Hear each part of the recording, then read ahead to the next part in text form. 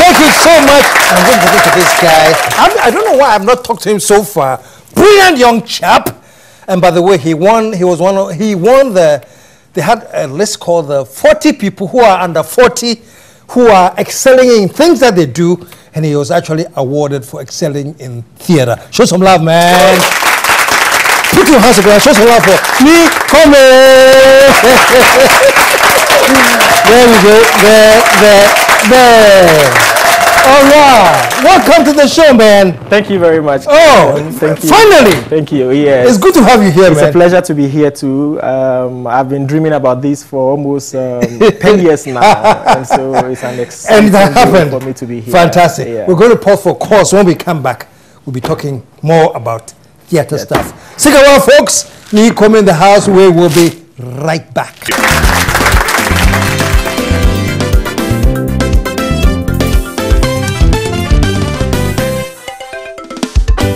The KSM Show. We're back. You go welcome one more time. Hey, that's your award. Yes. Let me take a look at this. This is beautiful. Wow. Thank you. This is beautiful. Theater arts. Yeah, theater and arts at the. Oh, theater and arts. Yeah. Theater and arts. At the just ended Ghana 40 Under 40 Achievers Awards at Kempinski. So all you under 40s who have achieved so much, in diverse, 40 of you, 40 of and us, you killed the one in theater and arts. Yes, I did, by the grace of God. Beautiful. Yeah. How did it feel, man? It feels good. It feels that okay, so all that I've been doing, somebody from afar is noticing what I'm doing, and it gives me the motivation to continue doing and motivating other people to know that irrespective of the field you find yourself, wherever you find yourself, you must work hard to inspire people and make positive impact in your society. Is theater as your background? Yes, I have a multidisciplinary background. I did theater arts first degree, and then second degree I did communication studies. Okay. And then I went ahead to do another master's degree in community development at Wisconsin University. So it's a multidisciplinary thing. But I started theater as way back at 16 years old. 16? Yeah, because From the writing or acting point? The writing. So you're writing at 16? At 16, yes. Wow. I started writing at 16 because I developed the... Writing plays mostly? Yeah, writing plays. Back in secondary school, I was writing for the SU drama group. And as a young literature student, I developed a strong passion for dramatic literature. And so I had people like Ola Rotimi, Shakespeare, and Geoffrey Chaucer and co as my role models. Really? I really love the way they write. You can understand Chaucer? Yes. I said to I wasn't from Chaucer at all. Yes, it was SS3 that I fully understood. Really? Yeah, in the Canterbury Tales. The Canterbury Tales, yes. Yes. Yeah, it was wow. I still know all of that too, but I don't remember anything. I just remember... Yeah. Okay. Okay. What was the first play you wrote? Do you remember? No, I don't. But I remember the first play I wrote back at the university, because at the university I was more into church drama. So I wrote the first play called Witches of Legon. Witches of Legon? Yeah, Witches of Legon in 2000. And it was about? It was about trying to look at what was happening in the church, and how some of the prayer warriors were falling. So I just tried to imagine that, well, since it's a church, then there could be something spiritual. So I just went into that aspect to produce such a play. Then afterwards was the Judas Iscariot in Accra, which was a musical, it was a cantata, where I decided to do something of an anachronistic play, blending Old Testament characters with New Testament characters. And it was also a very exciting play. Yeah. I see the social development aspect in your works. Yeah. Is that intended that you are going to look at courses and address different courses in your stage play? Yes, over a period of time, at the theater art level, you go through theater for development, and then when you do communication studies too, there is communication for development. And for 5 years, I was working with SOS Children's Villages Ghana as the communications and fundraising advisor. And so I got closer to children and poor women. And I realized that I could put all my abilities and what I do together because I was using it to get through to them. So I sat down and I was like, why don't you tailor what you're doing to make more impact? Not just with SOS Children's Villages, but what you do.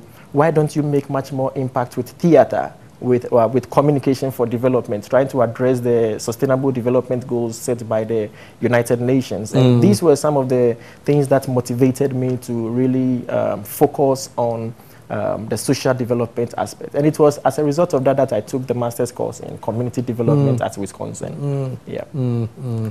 Your show, When Two or More Women Are Gathered. Yes. It was pretty hilarious, though. Yes. You as a genre, is comedy your main channel? I didn't know that I was writing comedy until the audience came. Until I did Judas Iscariot in Accra. People came to watch, and they were. I was surprised they were laughing. I was like, why are people laughing? And when we did Romantic Nonsense for the better in 2009, for the better part of the time, people were laughing, and I didn't intend to create that kind of humor though, but I realized that what I was writing, people were really enjoying and they were having that much fun. But that's a very, very interesting angle you brought in, because sometimes they'll say that as a communicator, which is what you do when you're writing your plays. Yes. If you intend to communicate something serious, and the communication comes out, and those who the communication is directed at are laughing, then what do you think happened? That you didn't communicate properly, or they are not taking your... What happens if you set it out to be serious and they end up laughing? I think usually the message goes down well with them, and that is where UKSM, you come in with a satirical comedy, because then even though it's just like being injected with, but you're being injected, but in a very softer way. So even though you are feeling the pains, you don't feel it too much because now you laugh at it. And it is different from where you are addressing a very serious issue. So no, but I'm saying, as a writer, when you are writing it, do you find that this is funny, or you are writing something very serious, but the people are laughing? At a point, I decided that I will intentionally. Sometimes when I'm writing, I laugh at some lines that I write. And when you study audience analysis, you also get to know that people are too stressed out to give them tragedies, and so when they come to the theater, it's a time for them to wind down, and then at least pick something home that relates to them. So you try to blend that portion where now sit down and listen to what needs to be addressed, but the better part of the play, you want to let people see themselves through the people on stage, but in a very... At the end of the day, there's a message. There is a message. A very important message. Very important message. Even if they have to laugh, they walk away with a good message. Yes, there is a very important message. And I try to address socio-economical issues and political issues under a very lighter tone. So they pick the messages, and then I remember when I wrote one of these plays, and then somebody called me and told me that this story was about me. This story I watched was exactly what happened to me. Wow. And it makes you feel that, okay, so at least you've been able to reach out to somebody. Skirts and blouse. Is it skirts and... Skirts and suits. Skirts and suits. No, skirts and blouse.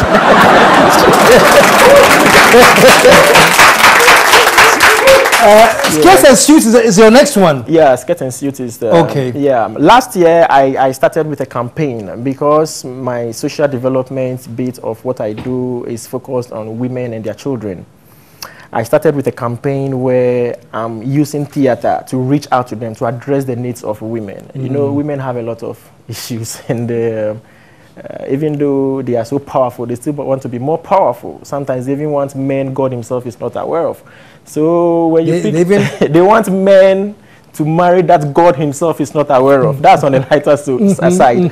But when it comes to issues about women, there are so many issues to discuss.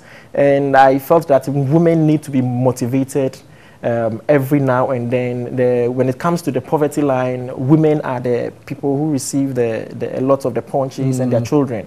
So I'm running a series, theater series, and that is the Where Two or More Women Are Gathered series. So last year's own we did was the old school reunion series, and now Skirts and Suits is the corporate edition. So now I'm taking the audience into the offices. Okay. What happens to women in the offices.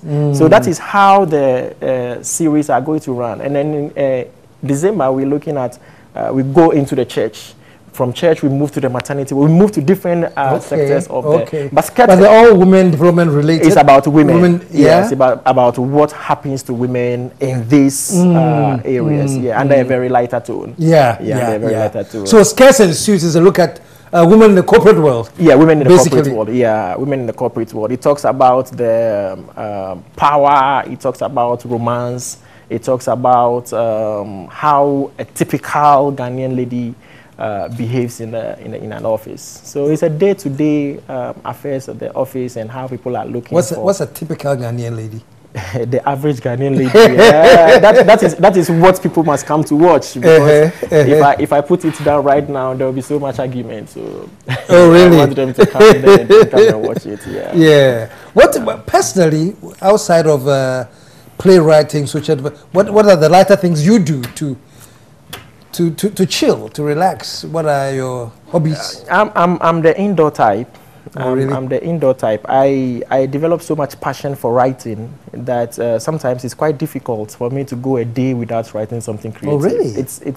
It's like a burden on me that every day I must, even if it's as useless as possible, I must write something. Since 16 years, it's difficult for me to live a day without writing something. So I do poetry. I have 2 poetry books. I do poetry. Published books? Yeah, published books. Really? The first one was Let Bygones Be Bygones, and the second one is My Wife is Dying and Pastor is Laughing. Wow. So that's a collection of poetry? Yes, it's a collection of my poetry. I like the title. Yeah. My Wife is Dying. But they've all run out of stock now. Yeah, they've run out of stock. But they have very inspirational poems I put together. I see. Yeah. I see. So I do. So do you do poetry sometimes? Yeah, especially in the church setting, I do. Really? Is there one poem you can give us? The Blood. It was the blood that lifted me from the pit of condemnation and set my feet upon the rock of commendation. The blood never put me in the dungeons of tribulation when I was filled with contamination, defiling my body of corruption. But the blood looked at me without any abomination, but with conviction said, abomination. That is why today I am jumping in joyful jubilation, singing songs of celestial revelation. Why must I not dance in jubilation when in the blood I have attained my salvation? Oh, wow. Fantastic, fantastic. I wrote this one when I was doing my master around 2006. 2006? Yes. Wow. Yeah. Wow. Yeah. Great. So so it's mostly writing? Yeah, mostly writing, and I also play football. Oh, you do? Yeah, I play football. Yeah, you know, when you grow up in around Mamprobi, Choco, Jamestown, yes, it's difficult for you not to love football. Where was your early education at? I was born and bred around Mamprobi. Okay. I went to a school on the Polygonal stretch called Hijas Preparatory School. Then I moved to Christ Mission around Kwashiman, then went to Agri Memorial. Okay. Yeah, before going to the University of Ghana. I see. Yeah. I see. Yeah. I see. So these are the things that I usually do. Either I'm writing, and you know, when you're writing, you don't want anybody around. You need that seclusion so that you'll be able to write. Yeah. What about family? Yes, I am gainfully married with 2 children. Your wife's name is? My wife's name is Eugenia, and then my firstborn's name is Keno. Okay. Yeah, and then the secondborn is Omanye. Yeah, so Keno is... How old are they? Keno is 4 years, and Omanye is 3 years. Oh, okay. So they're like twins, always fighting. Okay. Yeah, so that's my lovely family. Yeah, my wife is originally a banker, but currently she manages the Love for Lives Africa, the social development that we run. She manages it. She plays a role in ensuring that everything is on course. Fantastic. Yes. Put your hands together, man. Nee, your final words. Anything else? Yeah, I really must say that it's a privilege to be here because I started following you when I was in secondary school. When I started writing at 16. And then I think around 99, thereabouts, when you came with Saga of the Returnee. Since then, I've been tracking you down on everything you do, from Vibe FM, anything that goes on KSM. I'm aware. Then I remember. Yeah, I'm a member. I don't want to tell you some of the things, but I know about KSM, especially in the media. Everything about KSM, I'm always for anything I see about KSM online, anything, I just want to read and know what is going on. I have to consult you if I need some stuff about me. About you, yeah, I have the documents there, so I can easily. So I've always been looking forward to meeting you. And so today presents the opportunity, because if you're doing something in theater and you're able to meet KSM in Ghana, then you know that you are not doing badly at all. So it's a pleasure to meet you. I'm very excited and honored to be sitting here today to be talking to the father of comedy in this country. I'm privileged. I'm sure. Thank you so much, man.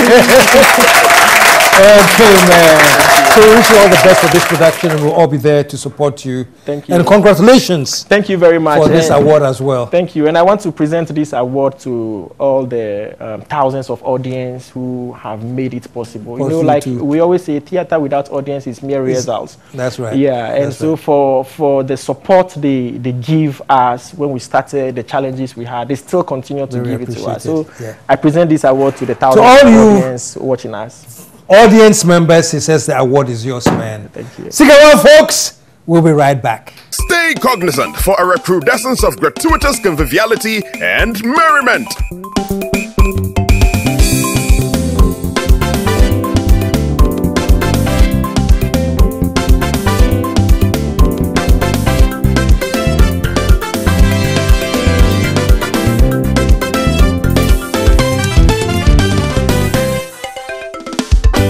The KSM Show.